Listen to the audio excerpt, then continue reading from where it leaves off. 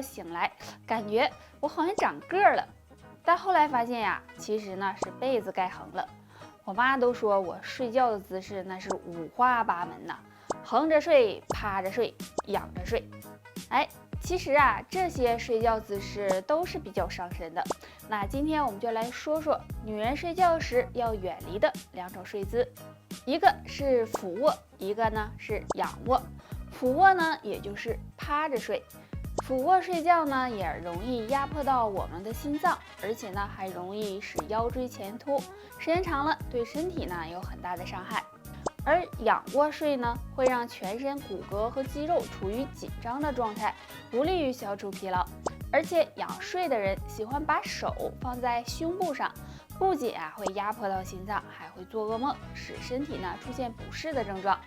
所以女性朋友要远离这2种睡姿，或许相对来说呢会更长寿一些。还有睡觉的姿势呢，还是右侧卧会更好一些哦。女性45岁后，基本呢也进入更年期了，那这时面临的问题就是衰老。那如果你还有3个表现，说明衰老离你还很远哦。那是哪些表现呢？1. 月经很规律。女性45岁后会进入更年期，这时身体会加速衰老。但是呢，45岁后月经还很正常，说明卵巢和子宫保养得不错，身体也处于年轻状态。2. 睡眠好。45岁后，女性体内的激素分泌可能会发生紊乱，就可能呢会影响睡眠质量，出现失眠多梦的情况。但如果你睡眠还非常好，说明身体还很年轻。3. 腿脚灵活。年龄大了，不仅体内雌激素会流失，钙质也会流失，就容易出现骨质疏松的情况，行动呢变得不方便。但如果45岁后你还腿脚灵活，说明衰老离你还很远哦。存在的，比如你压力过大呀，睡眠不好呀，喝水太少了，或者呢经常久坐不动，这些都可能会引起便秘。那出现便秘该怎么办呢？今天木子教大家一招，相信大家每天都走路吧？那走路的时候，左脚向前迈出的同时向左侧扭胯，这时上半身呢要保持放松，然后向前迈右脚的时候要向右扭胯，这样走路可以促进肠胃蠕动，有助消化和吸收。那每天这样走5到10分钟，对缓解便秘有很好的效果哦，大家可以试一试。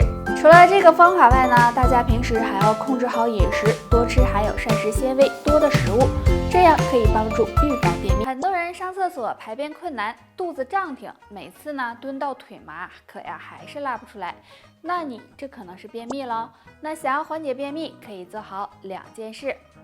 第一个，要多运动，不要总坐着，适当的活动活动，多做些运动，可以促进肠胃蠕动，对促进排便有帮助。第二个，要多吃新鲜的蔬菜水果，那蔬菜水果中呢含有较多的水分，可以滋润肠道，对促进排便也有一定帮助。除了做好这2件事外，还有一个小方法，就是呢多喝蜂蜜水。蜂蜜中含有大量的矿物质、果糖、多种纤维素和碳水化合物。那经常便秘的朋友可以用蜂蜜泡水喝，有助润肠通便，缓解便秘，而且还有美容养颜的功效。木子，你感冒了我也不知道啊，可能是最近这天气比较干燥，总感觉呼吸不畅，还老咳嗽。那估计是感冒了。还有可能不是感冒了哦，也可能是肺脾两虚了，也就是肺气不足、脾气不足了。不过金秋有一果可是养肺的好东西哦，说的呢就是白果了。白果也是银杏果，是名贵的药膳。那白果中含有黄酮苷、白果酸、白果酚等物质，能止咳抗菌，改善血循环，帮助养肺润肺，还能够预防血栓。可以经常用来泡水，制成糕点，煮粥吃。不过白果有小毒，吃的时候呢，记住每天不要超过5颗啊。昨天你说下班去拔罐，你去了吗？去了，下班就去了。最近湿气比较重，这脾胃呢也有点不好。那拔完罐咋样啊？感觉好点没？我这才拔了1次，好像没什么效果。那得再去。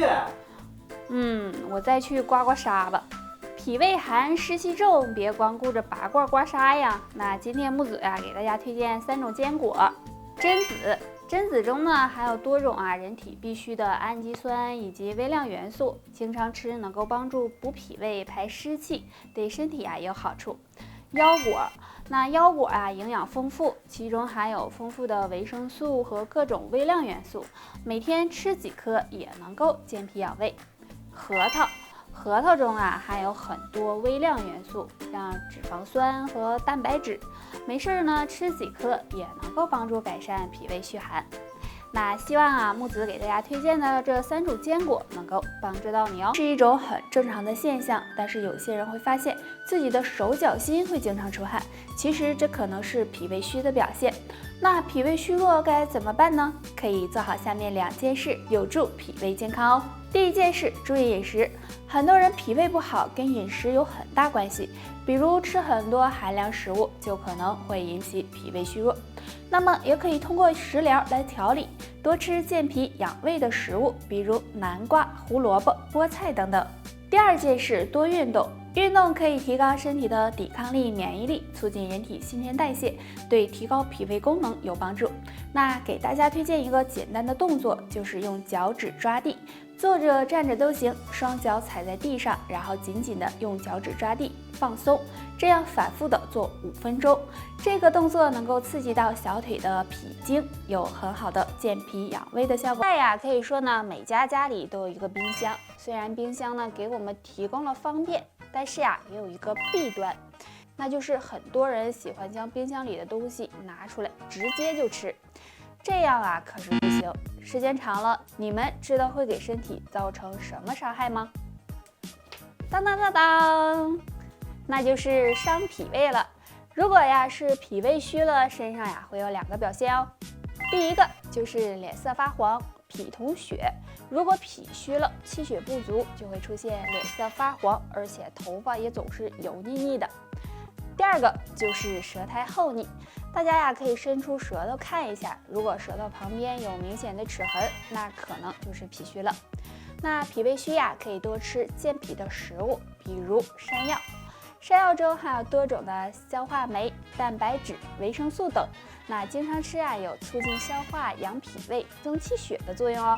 山药呢还可以和红枣一起搭配，效果会更好。说到蒲公英，那真的是小时候很好的玩物了，那时候可真是遍地都是，尤其是用嘴一吹就飘得满天都是，真的是觉得好看极了。那谁能想到小时候不起眼的蒲公英可是有很高的药用价值呢？如果能把它和一些别的食材搭配在一起，好处会更大。1. 和山楂搭配。山楂呢含有多种有机酸和维生素 C， 有活血化瘀的作用。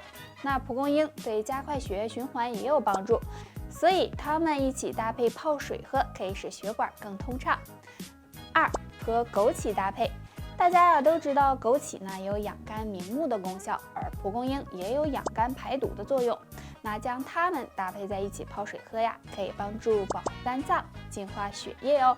那不知道这样的搭配你们觉得怎么样呢？气血对我们来说呢是很重要的，从我们五脏到形体、四肢百骸都需要气血的濡养。